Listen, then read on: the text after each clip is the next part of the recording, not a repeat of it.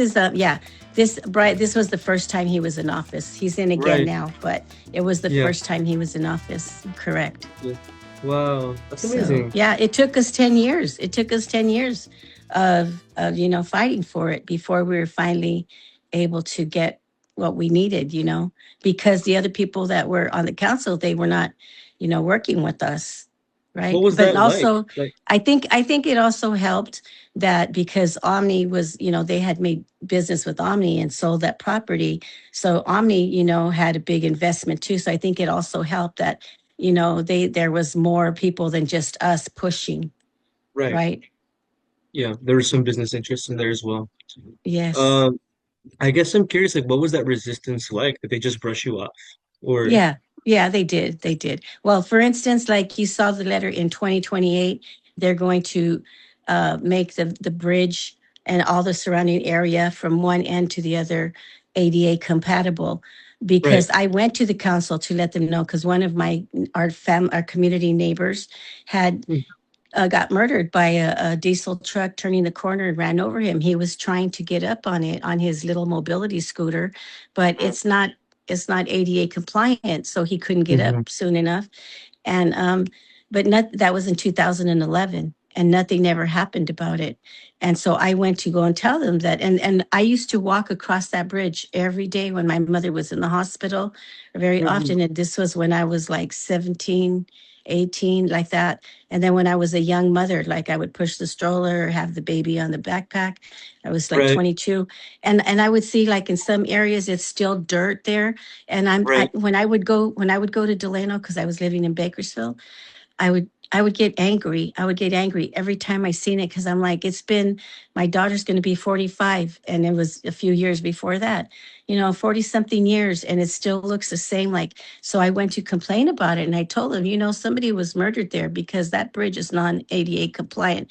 Because I had Mm-hmm. already looked at, okay. So then they just brushed me off and said, "Oh, well, that's not our jurisdiction." And that's it. That Wow. was their answer. So I said, Yeah. "All right." But I've worked for an Assembly Member Hernandez, and I ran his campaign. He's in Baldwin Park and the East San Gabriel Valley. So, Right. I know about the different agencies, right? So I just Right. looked up, and it was the Caltrans who's in charge of that. So I looked up their website, and it said, like, making, oh, yeah, because they wanted to do like the city had talked about wanting to do a thing where people could walk and healthy. And I go, well, before people can walk to be healthy, they have to have a safe place to walk. I said, Right. our patients can't even get to our clinic safely because that was during COVID and the trees were overgrown. But still, somebody had the contract to maintain that, right? But they were Mm-hmm. not doing their job. So, Mm-hmm. so that was my first complaint to the state. I took pictures and I said exactly where it was, and I said why I was making this complaint, that our patients aren't able to get to the clinic and so forth. So that they sent me a response right away, and and every time when I would go to Delane, I always look to make sure that it's being upkept.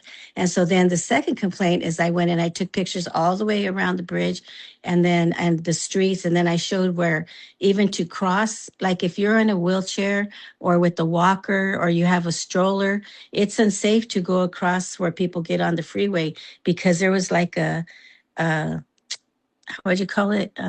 The sidewalk is high, the lip or something. Right. This, Yeah. anyways, it wasn't like ADA compliant. It was high. Right. So by the time you can get that over, I mean, it's just. And then if you're on, some people don't have someone to push them; they're by themselves in their wheelchair.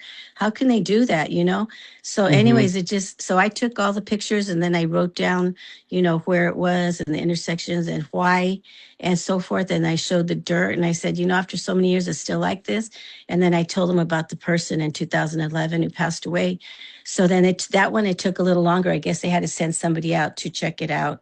And because they said Mm-hmm. after our investigation, we have found your complaint to be valid, and we will, it would be $5.5 million that we will be investing to make it ADA compliant in 2028. And the Mm-hmm. reason it was going to take that long is because they had to do the they had to get right of ways and stuff, so that when they shut it down, and they have a lot of things that they had Right. to, their engineers, the plans and all that stuff. So they Mm-hmm. said, is this, if you agree, this we, do you agree with this? And I said, yes, because it's better than not doing anything at all.